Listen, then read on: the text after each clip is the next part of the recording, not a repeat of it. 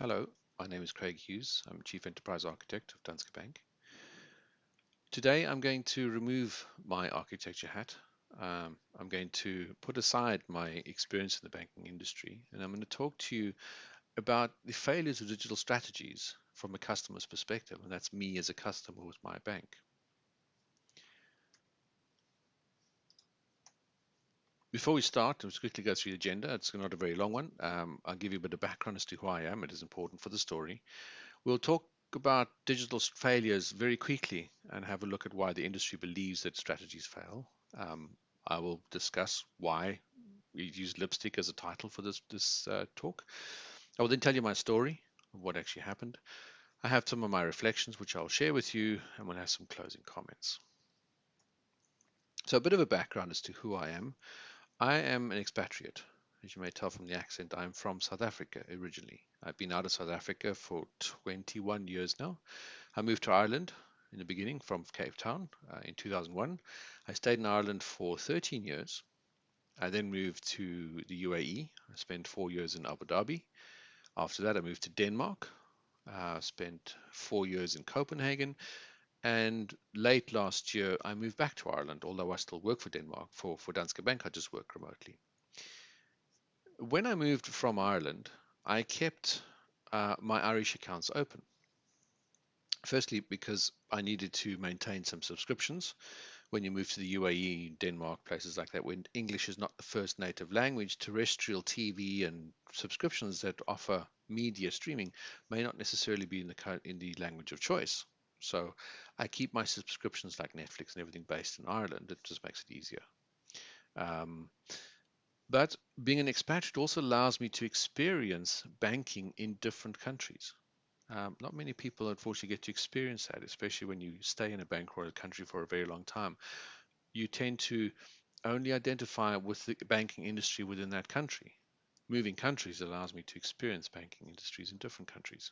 But nevertheless, what I'm going to talk about is my bank in Ireland, the bank that I use as a customer, and where it let me down, and the story of that failure in their digital strategy in trying to keep me as a customer engaged, happy, with the service, whatever I was receiving. So let's get into it. But before we start, and before I tell you the actual story, I want to address some of the reasons why the industry feels that digital strategies fail. Peter Bendo of the Everest Group says fatigue from continuous change is the top reason why more than 70% of digital strategies fail. He also mentions that there are other factors like a lack of an upfront commitment, failure to take an iterative sprint approach, or taking a technology first approach, so looking for a problem to solve your technology solution. We also pursue agility without really knowing what it means. Um, if you ask 10 people what is agility, you're more than likely to get at least 10 different answers. Most well-defined answers use of agility refers to the agile ways of working, but this is too narrow for most companies. Organizational agility is the ultimate goal for most companies. Based on the research by Professor Michael Wade of IMD, organizational agility is not a single thing. It is made up of three distinct capabilities, and each of these is equally important and critical. The first is hyper-awareness, which is an advanced sensing capability to really understand what's going on outside the organization. The second part of it is informed decision making. It's making decisions based on the evidence that you've gathered from the outside. And the third factor of this is fast execution. It's being able to put those decisions into effect quickly. We also tend to focus too much on silos. We often hear organizations saying that they're digitizing their supply chain or their marketing or different parts of the organization. Allowing projects to digitize silos normally ends up in disappointment for a number of reasons. Firstly, sometimes taking something analog and making it digital often perpetuates the existing issues. Secondly, silos are often part of the problem and not necessarily the solution. And finally, if you only digitize specific silos, you miss the opportunity to extend system integration and get that bigger picture flow across the organization. You tend to have certain areas of the organization digital, the others analog. And when they have to integrate with one another, you have these failures. And finally, the fourth factor in why digital strategies fail is we miss the duality of digital. Um, Generally, we tend to focus on creating something completely new products, new services, new whatever, where digitizing existing business and innovating new models can be just as effective. And we shouldn't lose sight of that. Now, there are other factors that could lead to digital failures, but I just touched on these four because I think they're the most crucial and obvious. So, why are we talking about lipstick? Um, I mean, we're not in beauty school at the moment. This is a different type of seminar, not the same as that. But I use the term lipstick. There's a term called lipstick on a pig, which implies updating, preparing, or extending the external superficial outside without necessarily changing the inside. And we tend to focus on the outside world in incumbent banks and in large organizations because that's where the customer sees the biggest impact. That's where we get that recognition of change. That's where new products, new features become visible to the outside world. So the customers recognize what we're doing, and the shareholders get the attention because they can see something visible and something tangible being changed. However, adopting this kind of strategy is often superficial because we tend to focus only on what's visible. We don't necessarily clean up what's internal. So it's very externally focused. And oftentimes we get stuck with legacy and past decisions, which can let our strategy down. It can let the digitalization down because it's still relying on internal systems that haven't changed and may not have changed over many, many years. So let me get back to the story. The story is I moved back to Ireland late last year. Um, and while I was away, I was obviously, as mentioned before, keeping my current account and my credit card account active, using the credit card account for paying for subscriptions, using the current account to transfer money into my bank account so I can then pay the credit card account. I also have a savings account while I was away, which I wasn't using for obvious reasons. Um, but when I moved back, um, in the first month or two of settling in, I had some surplus cash and I knew that expenses would come up later where I would need that cash. And I tend to be very bad with finances. I shouldn't say that I work in banking, but I put money into separate accounts so that there's not necessarily accessible via cards or via point of sale. So in the first couple of months, I transferred money into my savings, keeping it for later expenditure. That later expenditure happened about 2 months later. And when I logged onto my banking's online platform, I could see all three of my accounts. I could see the balances on those accounts. I could see the transactions on those accounts. So I could see everything I needed to operate. But when I wanted to transfer money out of my savings account into my current account, it was not an option that was available to me. The source account was never, I could never select my savings account as the source account. It was as if the account disappeared. Although it was visible to see transactions and balances, it wasn't accessible for transferring funds. So I called the help desk to ask them if there was anything wrong with my account, the way it was set up, is there anything I should be aware of? And I was told that my savings account was blocked. And the reason it was blocked is they'd raised a money laundering flag. And to fix this, I was to visit the branch. My nearest branch didn't have to be my local branch. My branch I registered my accounts could be any branch, which is fine. Fortunately, it was a bit of a lapse in the COVID regulations or restrictions, so the branches were open and I could go visit my branch, which I did.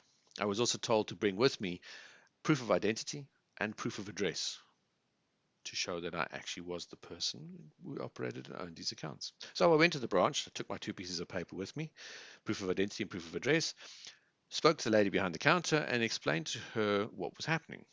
She then did a lot of typing on a keyboard, looked at my screen and said, yes, I can see that your savings account is being blocked because of a money laundering flag. I said, okay, that's what the lady at help desk told me.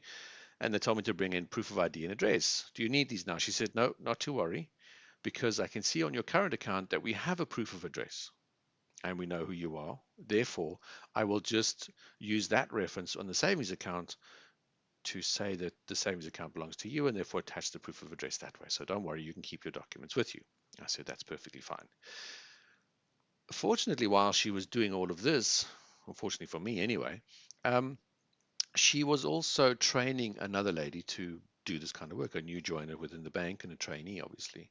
And she was explaining to this person what she was doing and what she was seeing and how things were actually working, which gave me a bit of a narrative as to what she was trying to do behind the screen. Although I couldn't see the screen, I could understand what she was doing. Anyway, it progressed to the point where she managed to attach my proof of address and everything to my account, and everything was fine. And then this happened. In order to remove the block on my account, I had to perform a transaction within the bank. I had to fill in a withdrawal slip to transfer money out of my savings account and a deposit slip to deposit the money back into my current account where I needed the money. Now, that wasn't the worst part of it. What what really upset me, what really got me thinking about this was what she said next. Because I was filling in a piece of paper to do a transaction within the bank, she asked me for my proof of address, my proof of identity. So it was very odd because I could remove a block on my money laundering account simply by attaching one account to another and linking them. But when I did a transaction in the bank, I had to now show my proof of address and my proof of identity, which didn't seem to make any kind of sense. But anyway, it it created enough of a story for me to want to share it with you. So let's just have a few reflections on what has actually happened, what's gone wrong here. Firstly, why the AML trigger? Um, I mean, I'm the owner of the accounts, all three accounts that were involved in this transaction. It's within the same bank. I used the bank's own online application, but yet it still raised an AML trigger. And that's not the definition of money laundering, is it? Money laundering is trying to hide when you're transferring money, not using accounts within the own bank operated by the same person using their infrastructure. If I was trying to launder money, I wouldn't be the most intelligent money launderer out there, to be honest. But I do have some understanding of what is happening within the bank and why this was actually a failure. And to give a bit of background, this bank has been around for many, many years. They have a traditional mainframe system as their legacy backend. And 15, 20 years ago, they made a decision they wanted to enter this digital world, this online banking world. And the mainframe system was not going to cope very well with it. And they wanted to protect it because it is their bookkeeping engine, their primary master of data. So, what the decision was made at that point in time was actually to create a shadow of it, a shadow copy of the transaction tables and the account tables, and operate intraday against those shadow databases so that they could create this digital presence. Then what would happen is overnight, these shadow transactions would be affected onto the master record, onto the mainframe system, so that everything could be rectified overnight. And next morning, you could have a fresh copy of the shadow and everything would be back to normal. So, in doing this, unfortunately, where they executed the AML checking was on the master record because that's obviously where things happened. But this specific transaction, the sudden appearance of funds into a savings account that had been kind of dormant for 7 years or 8 years, raised an AML trigger. But because the actual transaction that created it, the sequence of events that created that transaction happened on a shadow copy, it wasn't visible when the actual master system was analyzed for these triggers. Therefore, the context of the transaction was never available. So an AML flag was raised. Wrongly or rightly, it is the way it has been done.